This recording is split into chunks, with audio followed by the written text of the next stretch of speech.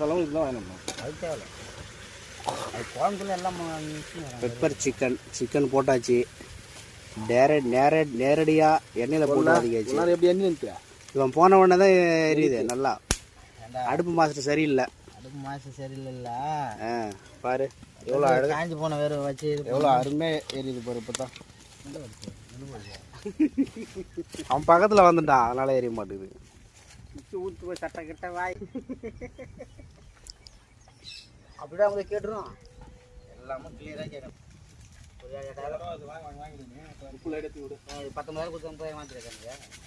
எரிக்கிறடே கொண்டு போய் என்ன வாங்கினது